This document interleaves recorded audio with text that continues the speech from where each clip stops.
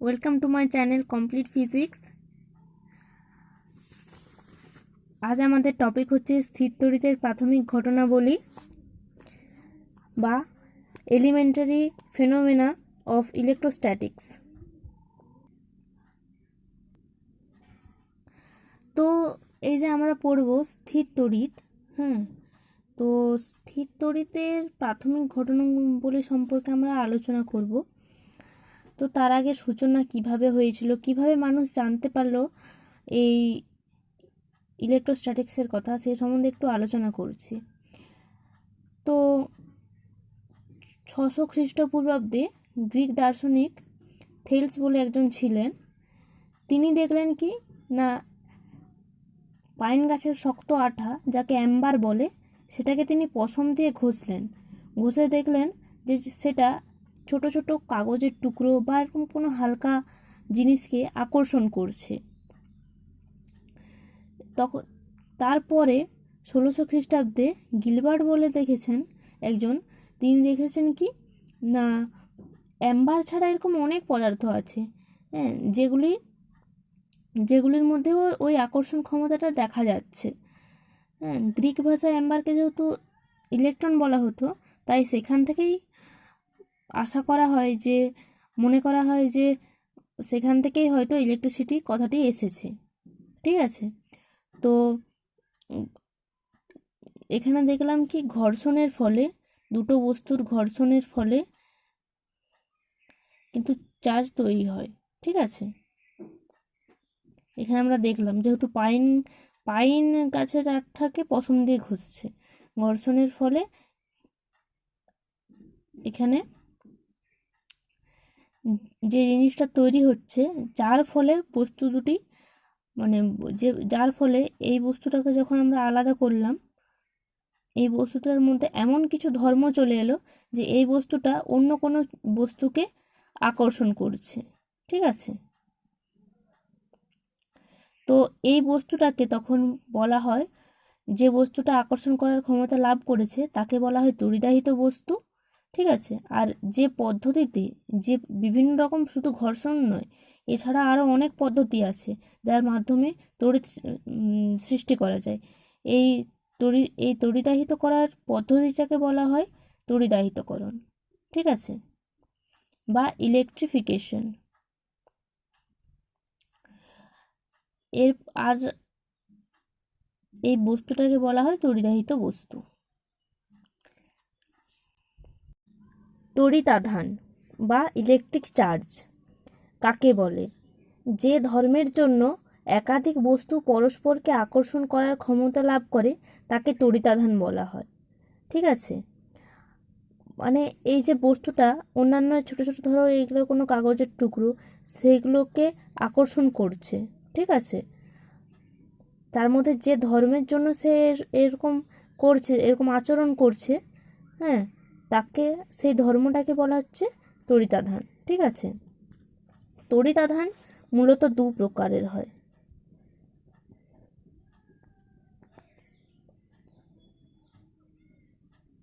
তড়িতাধান মূলত দুই প্রকারের হয়। একটা হচ্ছে ধনাত্মক তড়িতাধান,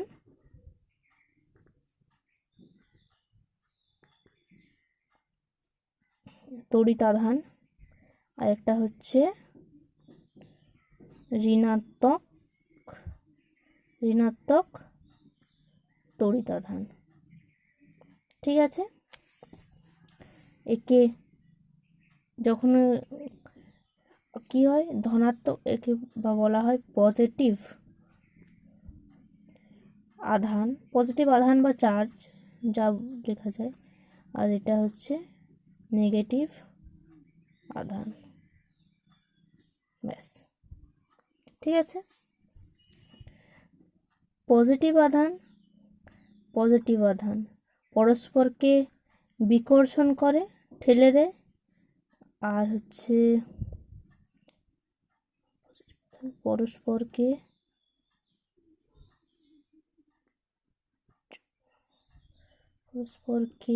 বিকর্ষণ করে, আর হচ্ছে নেগেটিভ নেগেটিভ পরস্পরকে বিকর্ষণ করে, কিন্তু পজিটিভ নেগেটিভ পরস্পরকে আকর্ষণ করে, আর নেগেটিভ পজিটিভ পরস্পরকে আকর্ষণ করে। এই দুটো তো ব্যাপারটা একই হলো। আচ্ছা ঠিক আছে, ধরো তুমি মনে করো কোনো বস্তুকে তুমি ঘর্ষণ করলে, কোনো কোনো দুটো বস্তুকে তুমি ঘর্ষণ করলে, তার মধ্যে কি হয়, আমরা তো পড়েছি এটা কেমিস্ট্রিতে, যে এক একটা বস্তু অনেক ছোট ছোট কণা দিয়ে তৈরি হয়, ঠিক আছে, যাদেরকে পরমাণু বলে। পরমাণুর মধ্যে আবার মনে করো নিউক্লিয়াস থাকে, নিউক্লিয়াসে থাকে কি থাকে, প্রোটন থাকে, যার আধান হচ্ছে প্লাস চার্জ, আর কি থাকে, নিউট্রন থাকে। তো পরমাণুর নিউক্লিয়াস মনে করে এটা, তার চারপাশে এরকম কক্ষপথ, পরমাণুর নিউক্লিয়াসের চারপাশে এরকম কক্ষপথ রয়েছে, যেগুলোতে ইলেকট্রন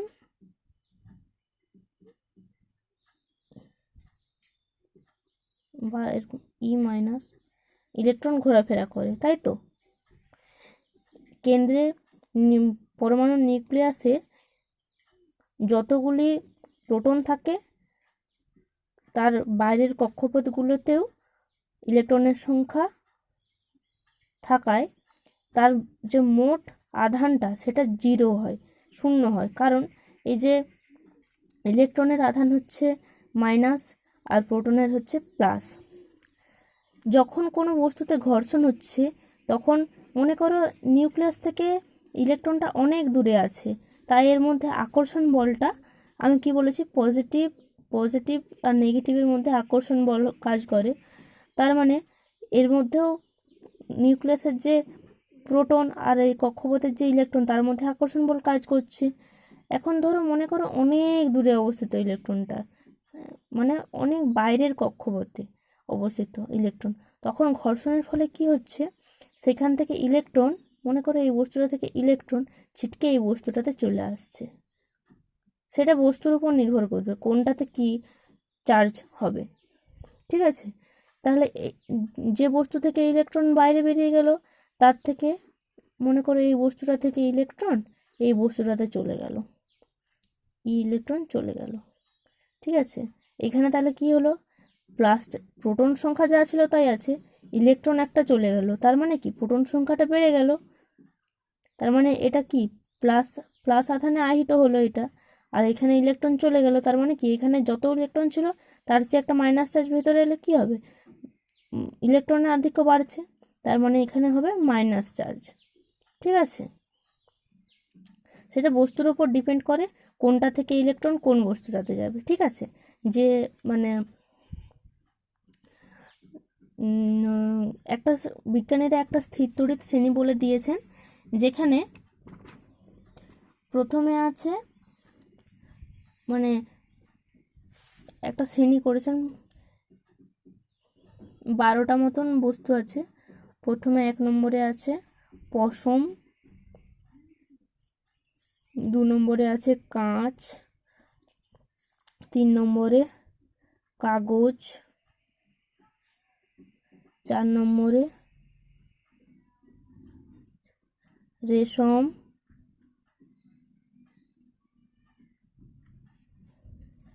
5 আছে কাঠ, 6 আছে মানবদেহ,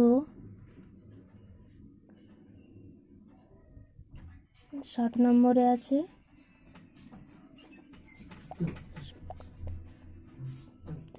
ধাতব পদার্থ,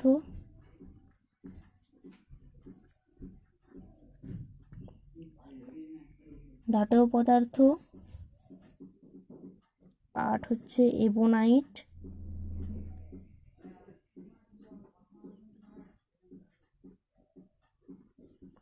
10 10-এ, তারপরে 11-তে, আমি জানি আমার হাতে লেখা একটু খারাপ, একটু না বেশি, খুব বেশি একটু খারাপ, ধাতব পদার্থ এবোনাইট, গালা, এটা 9 হবে, সরি 9। 10, 10-এ হচ্ছে অ্যাম্বার, সেই অ্যাম্বার যেটা আমরা পড়লাম।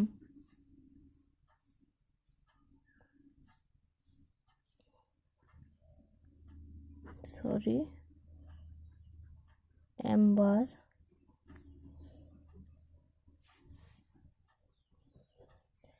রজন, 12 সেলুলয়েড।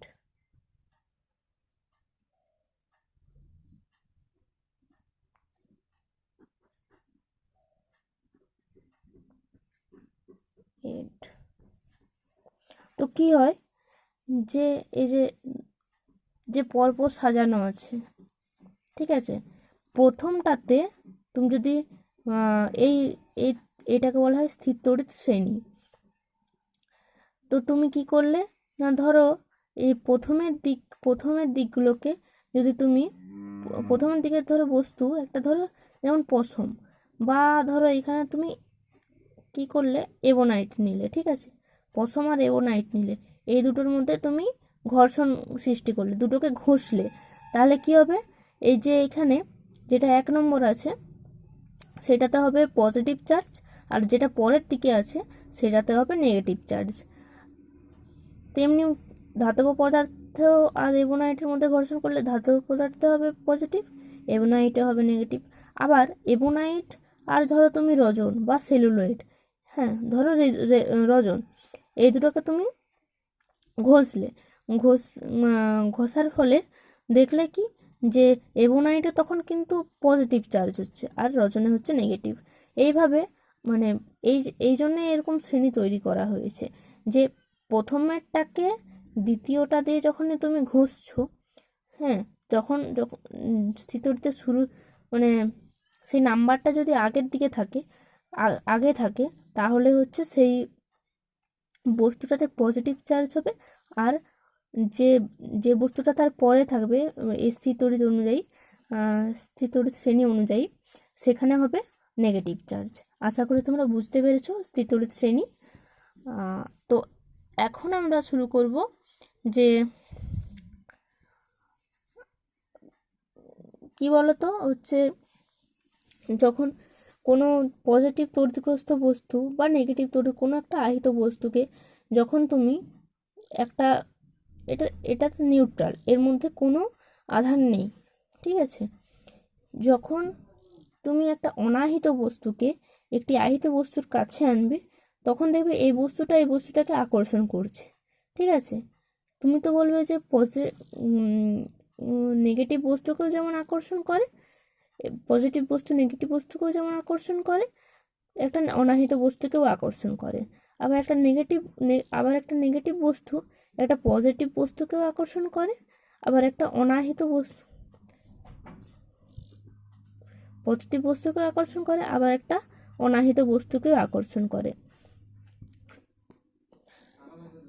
এই জন্যে আকর্ষণী কিন্তু যথেষ্ট নয়, এই জন্য বিকর্ষণী তড়িৎগ্রস্তটার হচ্ছে চূড়ান্ত প্রমাণ, মানে বিকর্ষণ দ্বারাই বোঝা যায় যে কোনো বস্তু আহিত কিনা, ঠিক আছে। তাহলে কিন্তু কোনো একটা আধান, কোনো একটা তড়িতাধান, ধরো কোনো বস্তুকে তুমি আহিত করলে, সেই বস্তুটা কিন্তু একটা তার বিপরীতধর্মী তার বিপরীতধর্মী আহিত বস্তুকেও, তার বিপরীতধর্মী আধানে আহিত বস্তুকেও আকর্ষণ করছে, আবার একটা অনাহিত বস্তুকেও আকর্ষণ করছে। কিন্তু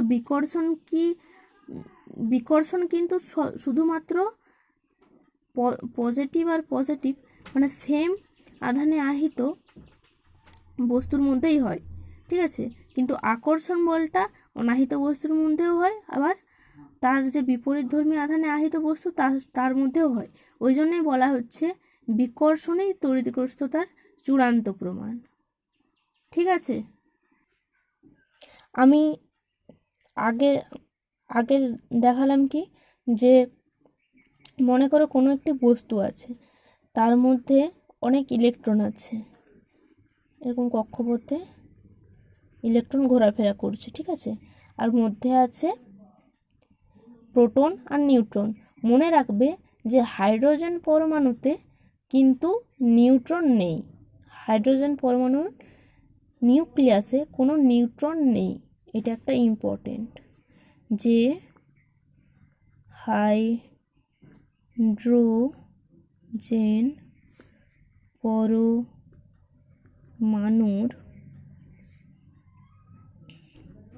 নিউক্লিয়াসে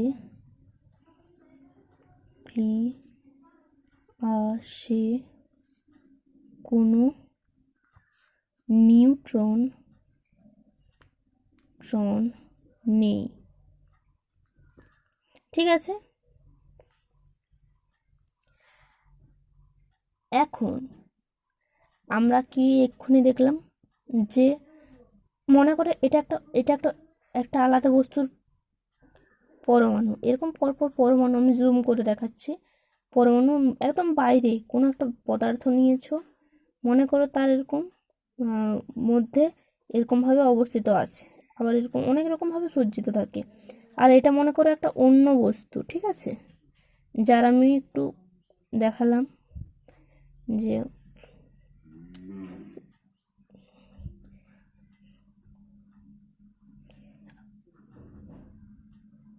সরি এখানে আরেকটা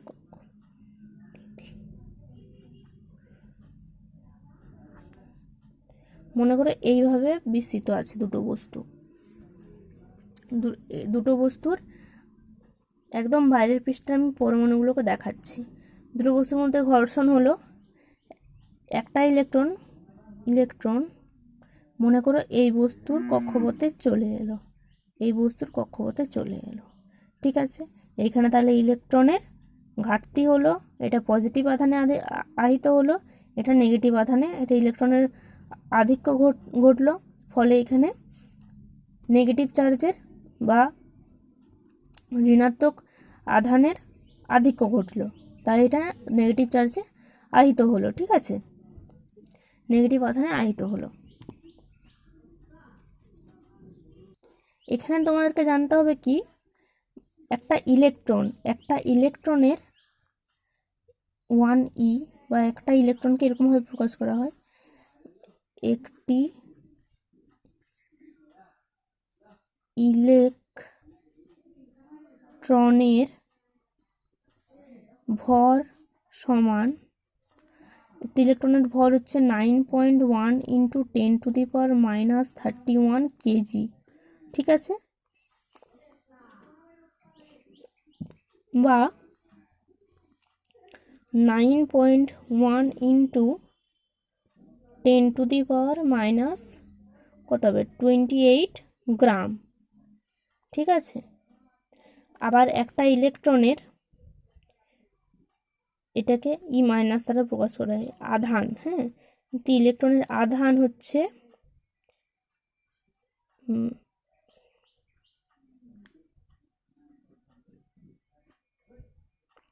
ট্রনের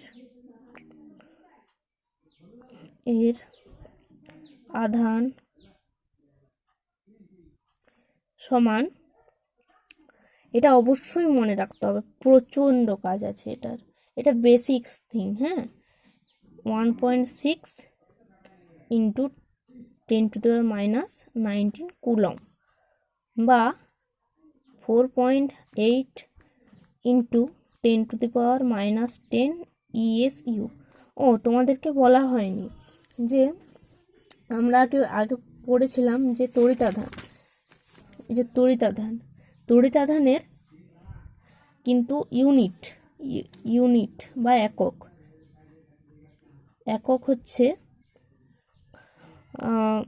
এসআই পদ্ধতিতে, এসআইতে হচ্ছে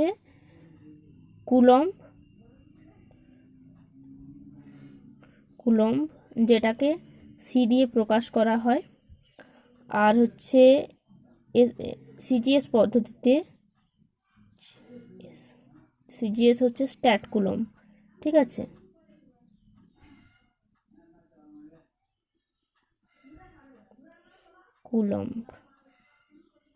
ঠিক আছে, এটাকে STAT কুলম্ব বা ESU আধান বলা হয়। ঠিক আছে, দেখো SI আর CGS এর মধ্যে এখানে রিলেশন হচ্ছে 1 কুলম্ব সমান 3 × 10⁹ ESU আধান। ঠিক আছে, তো এখানে যখন একটা ইলেকট্রন একটা বস্তু, এইটা পুরোটা একটা বস্তু, ঠিক আছে, মনে করি এটা পুরোটা একটা বস্তু, হ্যাঁ, তার আমি সামান্য ছোট ছোট অংশগুলোতে দেখাচ্ছি। একটা ইলেকট্রন যখন আরেকটাতে যাচ্ছে, তার মানে কি ইলেকট্রনের তো আমি কিছুটা ভর আছে, সেই ভরটা স্থানান্তরিত হচ্ছে। মানে একটা ইলেকট্রনের মানে কোনো একটা বস্তুতে যদি তুমি ইলেকট্রন বাড়াতে পারো, তখন কিন্তু তৈরি হচ্ছে নেগেটিভ চার্জ সেখানে, হ্যাঁ, সেটা তখন ঋণাত্মক আধানে আহিত হচ্ছে। আর কোনোটাতে তুমি যখন ইলেকট্রনের ঘাটতি তৈরি করছো, তখন সেখানে হচ্ছে পজিটিভ চার্জ বা ধনাত্মক আধান। ঠিক আছে, তো কি যখন তুমি একটা বস্তু থেকে আরেকটা বস্তুতে ইলেকট্রন ট্রান্সফার করবে তখন কি হবে, এখানের ইলেকট্রনটা এইটাতে গেল, তার মানে কিছুটা ভরও স্থানান্তরিত হলো। তার মানে এই যে বস্তুটার ঋণাত্মক আধানে আহিত হলো, সেই বস্তুটাতে কিছুটা ভর স্থানান্তরিত হলো, আর এই বস্তুটাতে কিছুটা ভর হ্রাস পেল। ঠিক আছে, ইলেকট্রনের ভর হচ্ছে 9.1 × 10⁻³ কেজি বা 9.1 × 10⁻28 গ্রাম। ঠিক আছে, এতটা ভর স্থানান্তরিত হলো, এটা খুবই সামান্য। তো এইভাবে যখন একটা বস্তু থেকে তুমি অসংখ্য ইলেকট্রনের স্থানান্তর সম্ভব হয়। ঠিক আছে, যেহেতু একটা ইলেকট্রনের স্থানান্তরের মাধ্যমে তৈরি হচ্ছে আধান। ঠিক আছে, এটা কিন্তু মনে রাখতে হবে। প্রোটন কিন্তু স্থানান্তরিত হয় না, ইলেকট্রন স্থানান্তরিত হয়। প্রোটন হয়, কিন্তু সেটা তেজস্ক্রিয় বিকিরণ বলে একটা আছে, সেইখানে তোমরা পড়বে। ঠিক আছে, তো আধানের সৃষ্টি হয় ইলেকট্রনের স্থানান্তরের ফলেই। ধনাত্মক আধানে আহিত বস্তুর ভর বস্তুটি তড়িৎ নিরপেক্ষ অবস্থার ভর অপেক্ষা কম হয়। কারণ আমি এক্ষুনি বললাম যে একটি ইলেকট্রন যখন একটি অন্য বস্তুতে চলে যাচ্ছে, তখন তার কি হচ্ছে, একটি ইলেকট্রনের যতটা ভর ততটা কি হচ্ছে, সে হারাচ্ছে, অন্য বস্তুতে দিয়ে দিচ্ছে, তার মানে তার ভরটা হ্রাস পাচ্ছে। ওইটাই বলা হচ্ছে যে ধনাত্মক আধানে আহিত বস্তুটির ভর বস্তুটি তড়িৎ নিরপেক্ষ অবস্থার ভর অপেক্ষা কম হয়। অর্থাৎ সে তড়িৎ নিরপেক্ষ যখন ছিল, যখন তার মধ্যে কোনো তড়িৎ ছিল না, তখন যে ভরটা ছিল তার থেকে এখন কিন্তু ভরটা তার কমে গেছে। ঠিক আছে, সেটাই বলা হচ্ছে। এক্ষেত্রে ভর হ্রাসের পরিমাণ হচ্ছে বস্তু কর্তৃক হারানো ইলেকট্রনের সংখ্যা গুণিত একটি ইলেকট্রনের ভর। এটা থেকে অঙ্ক পড়ে। ঠিক আছে, এটা থেকে অঙ্ক পড়ে। এই এই সূত্রগুলো তোমরা একটু মনে রাখবে। আর হচ্ছে ঋণাত্মক আধানে আহিত বস্তুর ভর বস্তুটি তড়িৎ নিরপেক্ষ অবস্থার ভর অপেক্ষা বেশি। এক্ষেত্রে ভর বৃদ্ধির পরিমাণ হচ্ছে বস্তু কর্তৃক লাভ করা ইলেকট্রনের সংখ্যা গুণিত ইলেকট্রনের ভর। ঠিক আছে, মানে যে বস্তুটা ইলেকট্রনটা লাভ করছে, তার ভর কতটা পরিবর্তন হচ্ছে, তার ভরটা হচ্ছে বাড়ছে। সেই বৃদ্ধির পরিমাণটা কত না সে যতগুলো ইলেকট্রন লাভ করেছে সেইটা গুণিত তার ইলেকট্রনের ভর, অর্থাৎ 9 × 10⁻28 গ্রাম বা কেজিতে করলে 9 × 10⁻31 কেজি। ঠিক আছে, এরপর আসবো আধানের কোয়ান্টায়নে। আধানের কোয়ান্টায়ন কি না, প্রকৃতিতে যে সমস্ত আমরা আধান পাই সেগুলো হচ্ছে একটা মূল আধানের মানের অখণ্ড গুণিতক হয়। হ্যাঁ, অর্থাৎ অখণ্ড গুণিতক মানে 1, 2, 3, 4, হাফ নয়, দেড় নয়। ঠিক আছে, 1.6 নয়, 1.35 এরকম নয়। ঠিক আছে, যে যা হবে গোটা গোটা এরকম। মনে করো, ধরো তুমি কোনো বই কিনতে যাবে। ঠিক আছে, কোনো বই তুমি কিনলে, গোটা গোটা পাবে, তোমাকে কেউ টুকরো বই তো দেবে না। সেরকম প্রকৃতিতেও এরকম আধান পাওয়া যায়, যেগুলো হচ্ছে যে সমস্ত ধনাত্মক বা ঋণাত্মক আধান পাওয়া যায়, আমি এক্ষুনি বললাম ধনাত্মক ঋণাত্মক আধান কি, সেগুলো সবসময় একটি মূল আধানের মানের অখণ্ড গুণিতক হয়। ঠিক আছে, এই মূল আধানের মান একটি ইলেকট্রনের আধানের সমান। ঠিক আছে, যে মূল আধানটা আমরা কথা বলছি সেটা হচ্ছে একটি ইলেকট্রনের আধানের সমান হয়। ঠিক আছে, এই ঘটনাকে বলা হয় আধানের কোয়ান্টায়ন। ঠিক আছে, যেমন যে যে পরিমাণ তুমি আধানটা নিচ্ছ সেই পরিমাণটা সবসময়, যদি সেটা পজিটিভ আধান হয় তো পজিটিভ, নেগেটিভ তো নেগেটিভ। ঠিক আছে, এন ইন্টু ই, এনটা হচ্ছে 1 2 3 4, মানে এরকম অখণ্ড সংখ্যা, আর ইটা হচ্ছে ইলেকট্রনের আধান। ঠিক আছে, যার মান কত, যার মান হচ্ছে 1.6 ইন্টু 10⁻⁻19 কুলম। ঠিক আছে, বা অর 4.8 ইন্টু 10⁻⁻10 ESU। ঠিক আছে, এরপর আমি আধানের অপরিবর্তনীয়তা সম্পর্কে আলোচনা করব। আধানের অপরিবর্তনীয় মানে কিউ স্থির সমান কিউ গতিশীল।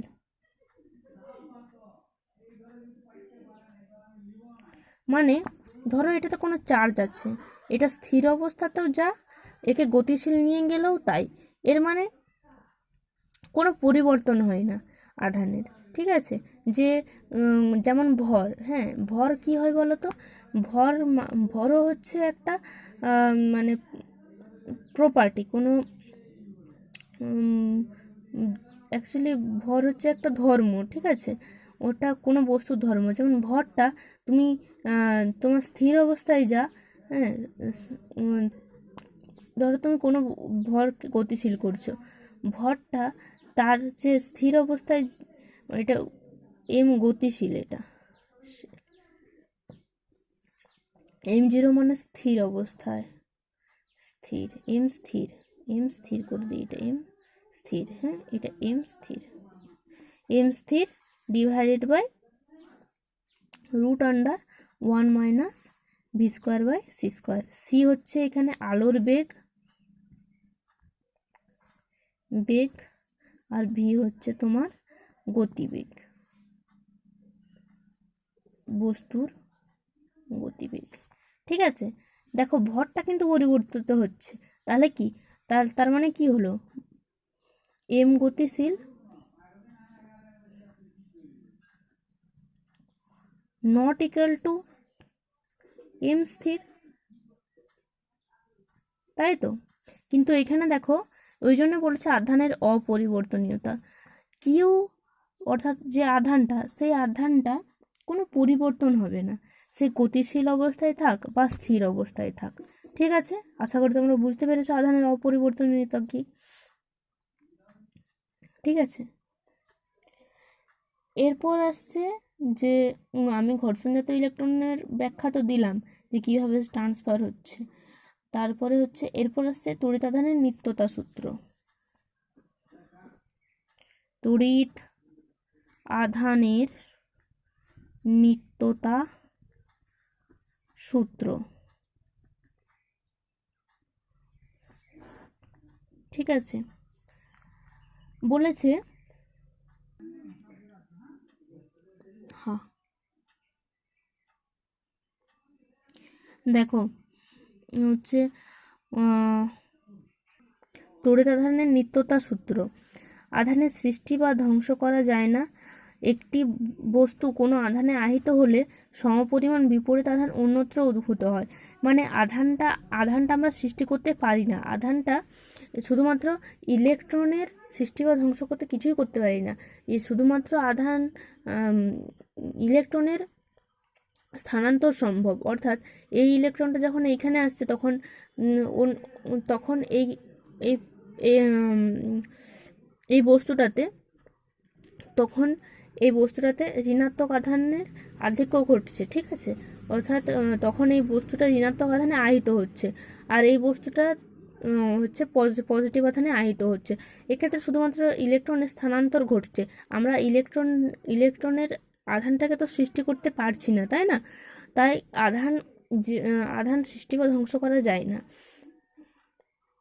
আর দেখো এখানে বলেছে যে দেখো যে একটি বস্তু কোনো আধানে আহিত হলে সমপরিমাণ বিপরীত আধান অন্যত্র উদ্ভূত হয়। দেখো এখানে যেমন এই একটি ইলেকট্রন ধরো এই বস্তুটা থেকে এখানে এলো, তার মানে এখানে কি হচ্ছে, এখানে কত কত আধান তৈরি হবে, এখানে তৈরি হবে হচ্ছে -1 ইলেকট্রন, ঠিক আছে, বা বলতে পারো মাইনাস এত কুলম, বলতে পারো যে হচ্ছে -1.6 × 10⁻⁻19 কুলম এখানে তৈরি হবে। তেমনি মতন এখানে একটা ইলেকট্রন ঘাটতি ঘটেছে, তার মানে এখানে কত তৈরি হবে, এখানে তৈরি হবে সমপরিমাণ +1.6 × 10⁻⁻19 কুলম, এখানে মাইনাস এখানে প্লাস।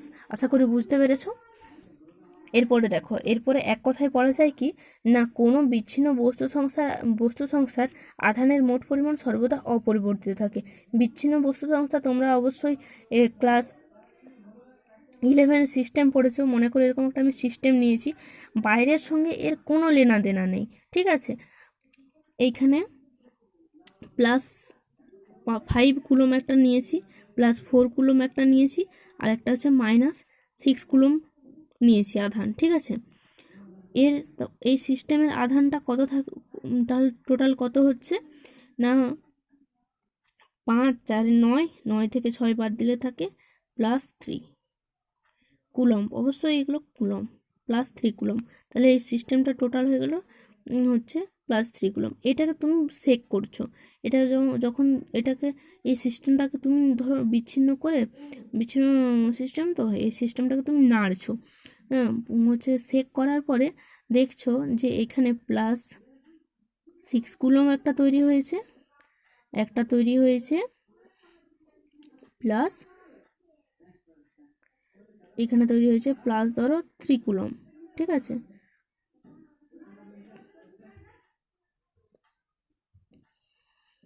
তাহলে ধরো আরেকটাতে কত কুলম, তো আরেকটাতে কত আধান আছে সেটা আমরা বার করব, ঠিক আছে।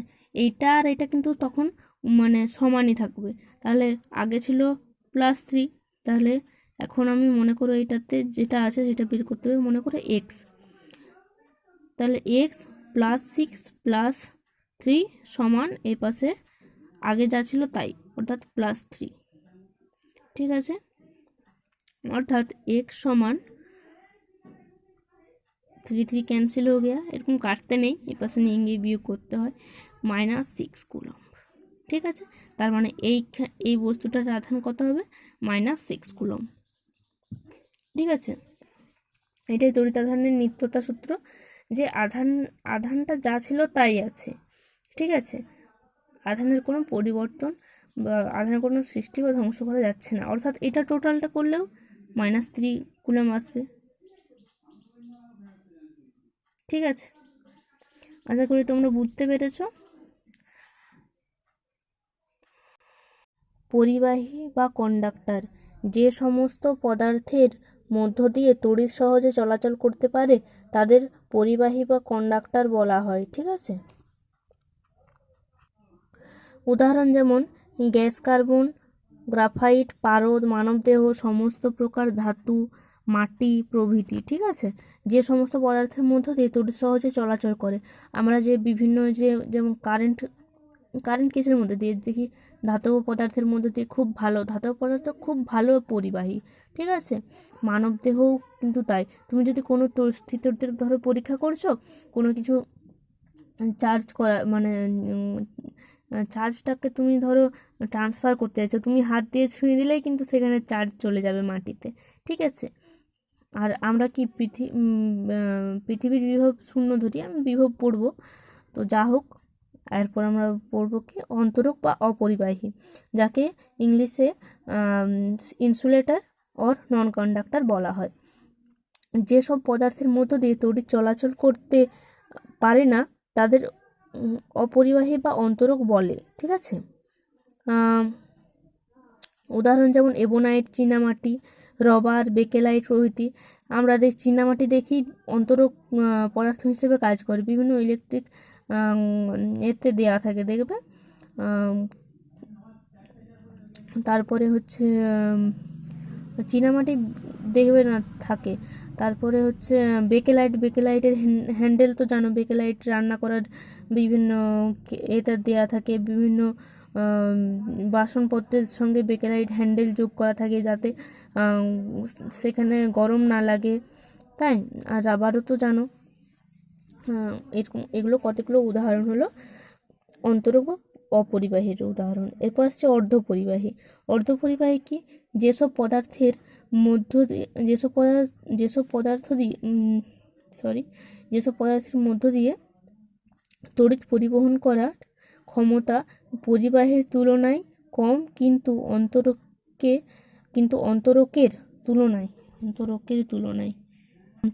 তুলনায় বেশি, তাদের অর্ধপরিবাহী বলে। যেমন হচ্ছে উদাহরণ সিলিকন, জার্মেনিয়াম প্রভৃতি। অর্থাৎ এরা কি অর্ধপরিবাহী কাদের বলা হয়? হচ্ছে এরা যে তড়িৎ পরিবহন করার যে ক্ষমতা, এদের মধ্যে কিন্তু এরা কিন্তু অত খুব সুন্দর পরিবহনও করছে না, আবার হচ্ছে একদমই পরিবহন করছে না তা নয়, মানে মোটামুটি কোনো রকমভাবে পরিবহন করছে। ঠিক আছে, এদেরকে অর্ধপরিবাহী বলা হয় বা সেমিকন্ডাক্টর বলা হয়। এরপর আসছে অতিপরিবাহী বা সুপার কন্ডাক্টর। অতিপরিবাহী বা সুপার কন্ডাক্টর কি না, বিভিন্ন তাপমাত্রায় কিছু বস্তু আছে,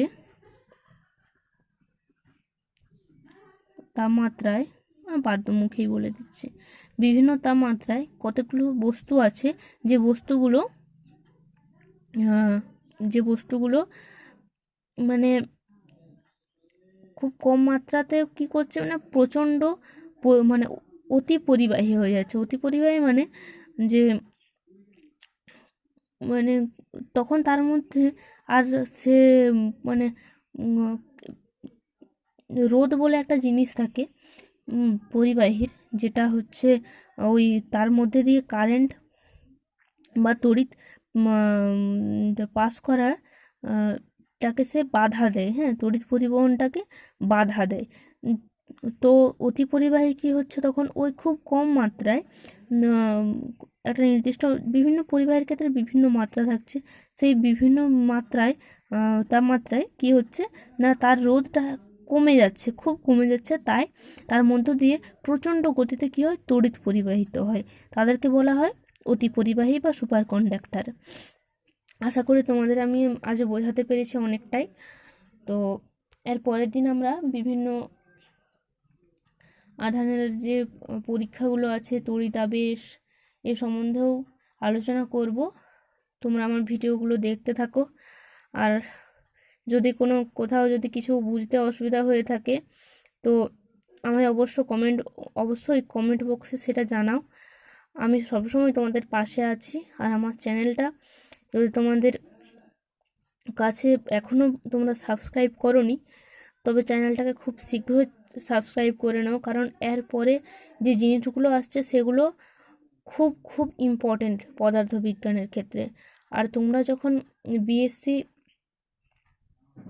অনার্সে যখন ভর্তি হবে ফিজিক্সে, তখন এগুলো সম্বন্ধে এর উপরে বেস করে, মানে 11-12 জিনিসগুলোকে বেস করেই কিন্তু তোমার পরবর্তী লাইফ ডিপেন্ড করছে।